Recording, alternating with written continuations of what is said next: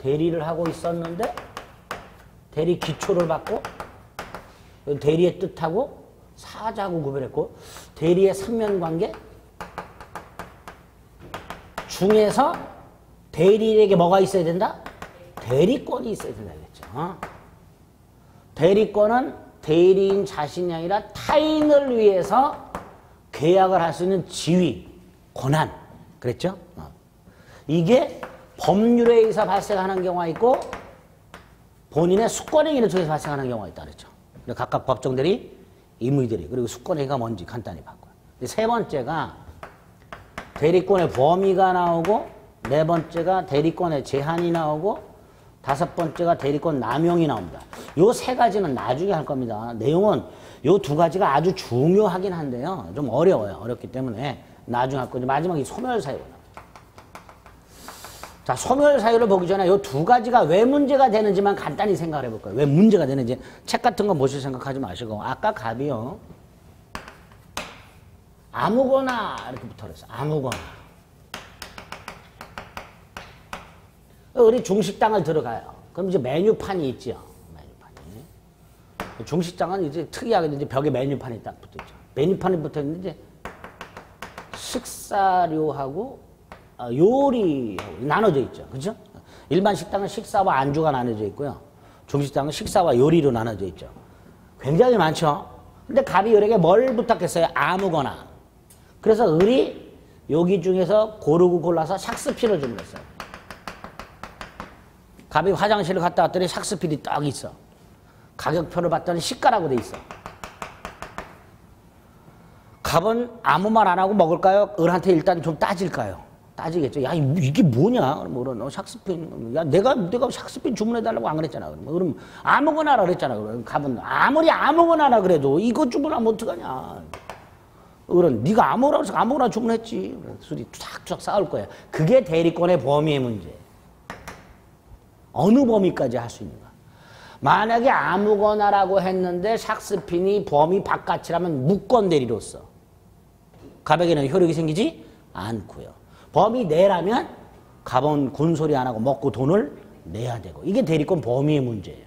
또 1억짜리 땅을 팔아달라고 부탁을 했어요. 근데 얼마 받아달라고 잘 안 했어요. 을이 팔았네요. 100만 원에 팔았네. 그럼 갑은 야 1억짜리 땅을 100만 원에 팔면 어떻게 해? 을은 네가 팔아달라고만 했지 얼마 받아달라고 했으니 안 했잖냐. 또 투닥투닥 싸워. 이런 것들이 대리권의 범위의 문제가 되는 거예요. 어느 범위까지 할 수 있는가. 그 범위를 넘으면 무권대리가 되는 거고 범위 내라면 갑에게 효력이 생기는 거예요. 그런데 이 범위에 대해서 우리 민법이 아무런 규정이 없어요. 없으니까 구치소 사정에 따라서 그 범위의 문제가 생길 수밖에 없는 거고요. 그에 관한 대법원 판례가 있을 수밖에 없습니다. 그렇죠? 범위 문제. 제한. 한 번 당했어요. 갑이 아무거나라 해서 샥스핀을 주문해놨어요. 갑이 을묘겨자 먹기로 먹고 돈을 냈어요. 두 번째 같이 갑니다. 그리고 아무거나라고 부탁을 하면서 지난번 샥스핀 트라우마가 남아있어요. 그러니까 말을 해요. 10,000원 넘으면 안 돼. 제한하는 거죠. 미리 대리권의 범위를 딱 제한을 가할 수가 있단 말이죠. 이런 식으로 대리권에서는 대리인이 어느 범위까지 할 수 있는가의 문제와 그 범위를 어떻게 제한하는가의 문제가 남게 됩니다. 그래서 이 두 가지가 대리권에서 제일 중요하게 돼요. 내용이 좀 복잡하고 판례가 많기 때문에 나중에 할 거예요. 남용은 아예 볼 생각도 지금 하지 마시고요. 요거는 좀 기억하셔야 돼요. 대리권 소멸사유.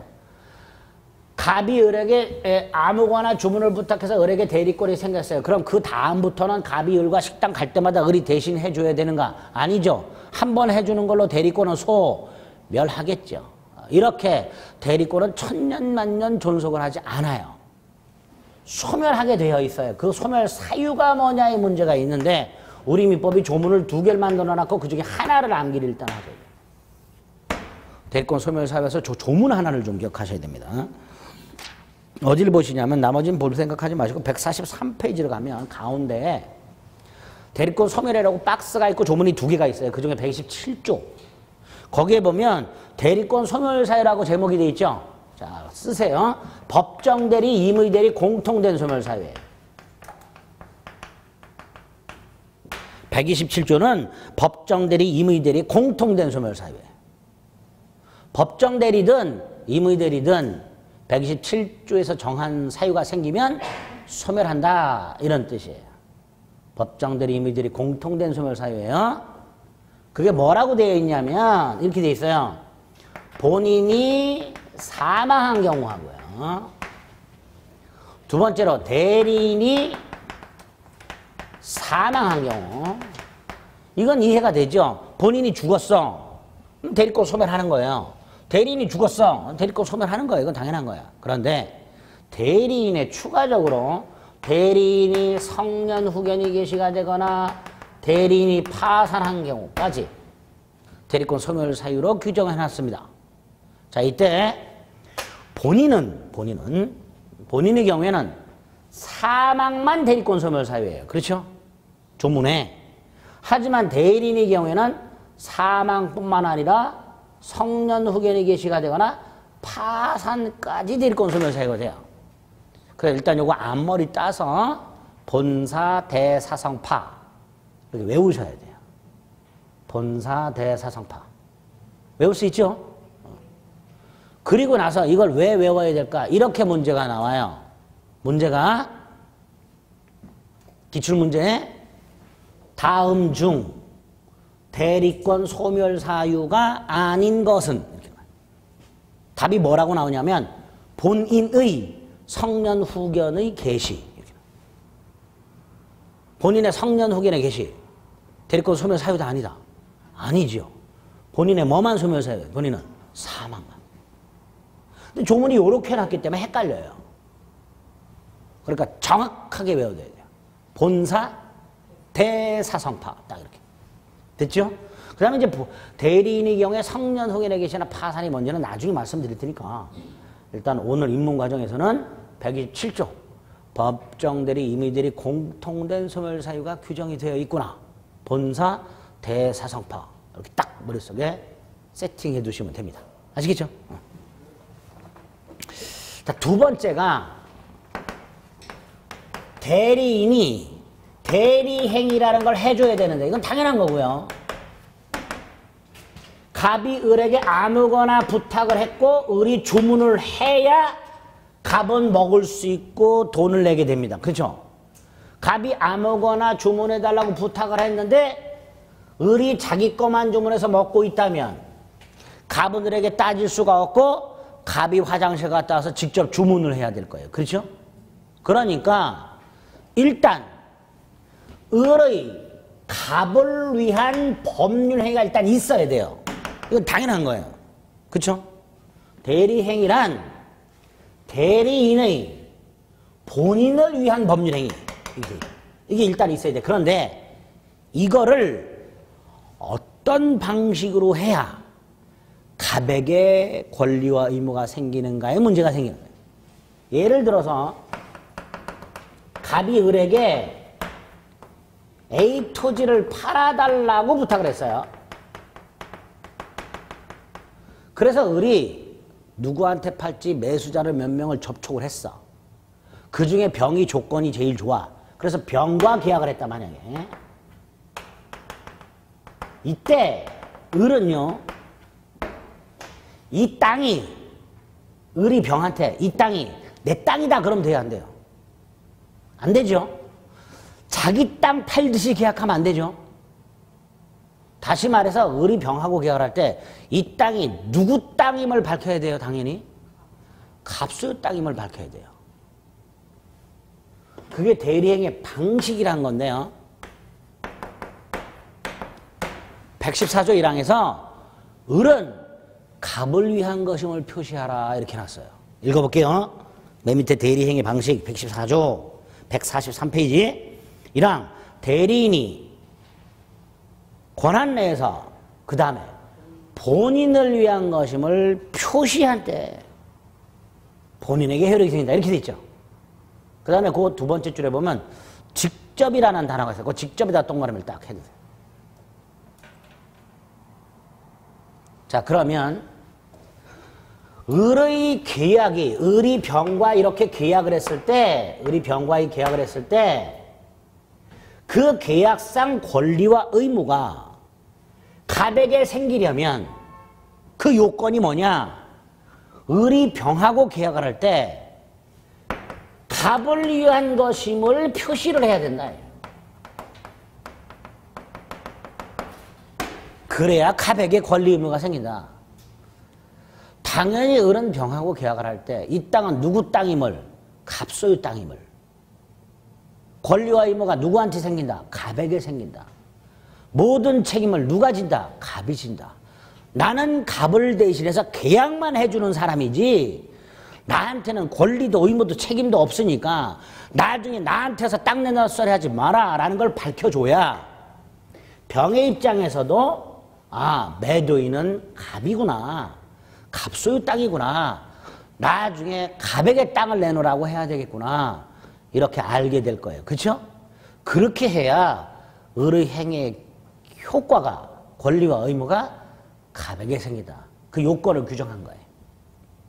을이 병하고 대리행위라는 법률행위를 해야 되는데 이 법률행위는 대리인 자신이 아니라 갑을 위한 타인을 위한 행위니까 자기 자신의 계약처럼 해서는 안 되고 타인을 위한 계약임을 밝혀줘야 한다 이런 뜻이에요. 그게 본인을 위한 것임을 표시한다라고 말을 해요. 이거를 학자들이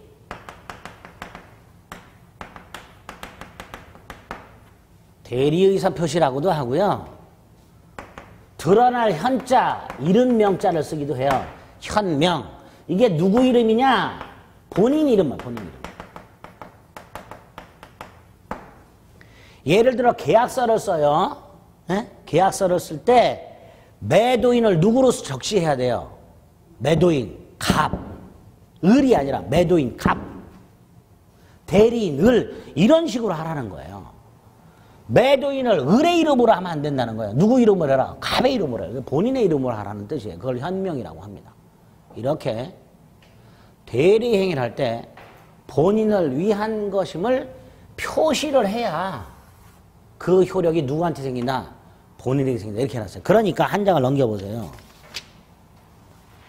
네 번째 줄 양가로 2번. 만약에 본인을 위한 것임을 표시하지 않았어요. 그럼 이건 대리행위다 아니다? 아니다. 누구의 행위다? 대리인 자기 행위로 본다. 자기 행위다. 을의 행위로 본다. 당연하죠. 을이 매도인이 갑임을 표시하지 않고 마치 자기 땅인 양 팔았다면 을이 매도인이 되는 거예요. 을이 책임을 져야 되는 거예요.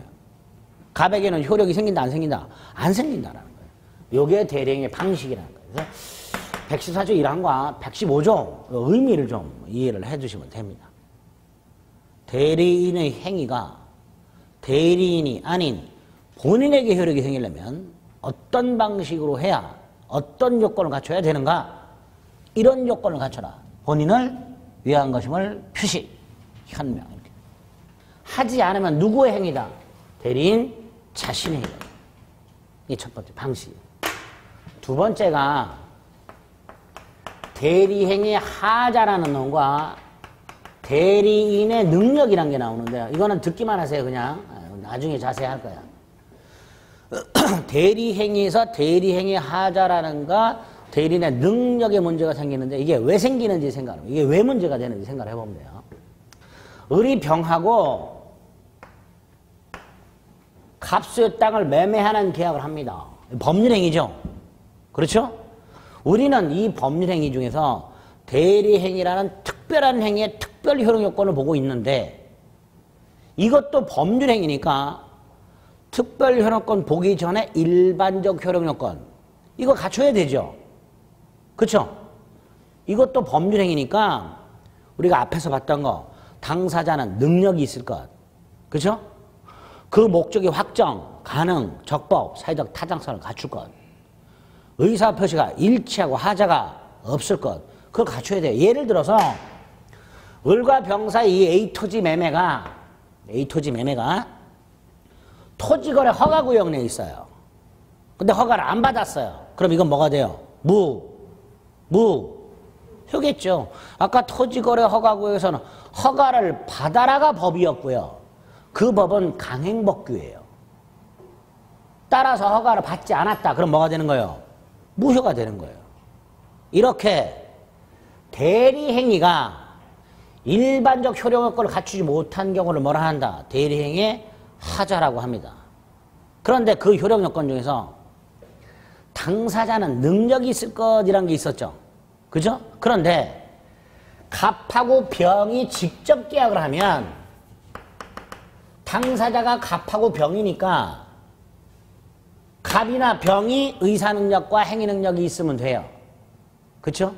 그런데 갑이 을을 통해서 계약을 하면 당사자는 갑하고 병이지만 을이 계약을 했죠. 그러니까 당사자가 아닌 대리인의 능력에 문제가 생기는 거예요. 그렇죠? 당사자가 직접 계약을 했을 때는 당사자의 능력만 따지면 돼요. 당사자는 의사능력이 있냐 없냐, 행위능력이 있냐 없냐 따지면 돼요. 그런데 대리는 당사자는 갑인데 갑이 직접 계약을 하는 게 아니라 누가 계약을 해요? 을이 계약을 하니까 당사자의 대리인이 의사능력이 있어야 되는가 없어도 되는가, 행위능력이 있어야 되는가 없어도 되는가의 문제가 생기는 거예요. 대리인의 능력을 보는 거예요. 이런 식으로 이 두 놈은 대리행위라는 법률행위가 일반적 효력 요건을 갖췄냐 못 갖췄냐 그걸 판단하는 거예요. 그거를. 거기에 대리행위 하자와 대리인의 능력의 문제가 됩니다. 근데 이거는 이것보다 복잡해요. 복잡하니까 대리행위에서는 이 정도가 문제가 되겠구나. 대리행위가 유효하려면 일단 일반적 효력 요건은 당연히 갖춰야 되는구나. 만약에 못 갖추면 어떻게 되는가? 그걸 보게 되는 거예요. 여기서 따로. 그래서 대리행위가 유효하려면 대리인에게 대리권이 있고 그 대리권의 범위 내에서 본인을 위한 것임을 표시하는 대리행위를 해야 본인에게 유효가 되되 단 일반적 효력 요건은 당연히 갖추고 있어야 된다. 여기에 대리행위의 유효 요건이 되는 거예요. 그걸 대리의 삼면관계라고 합니다. 여기까지가.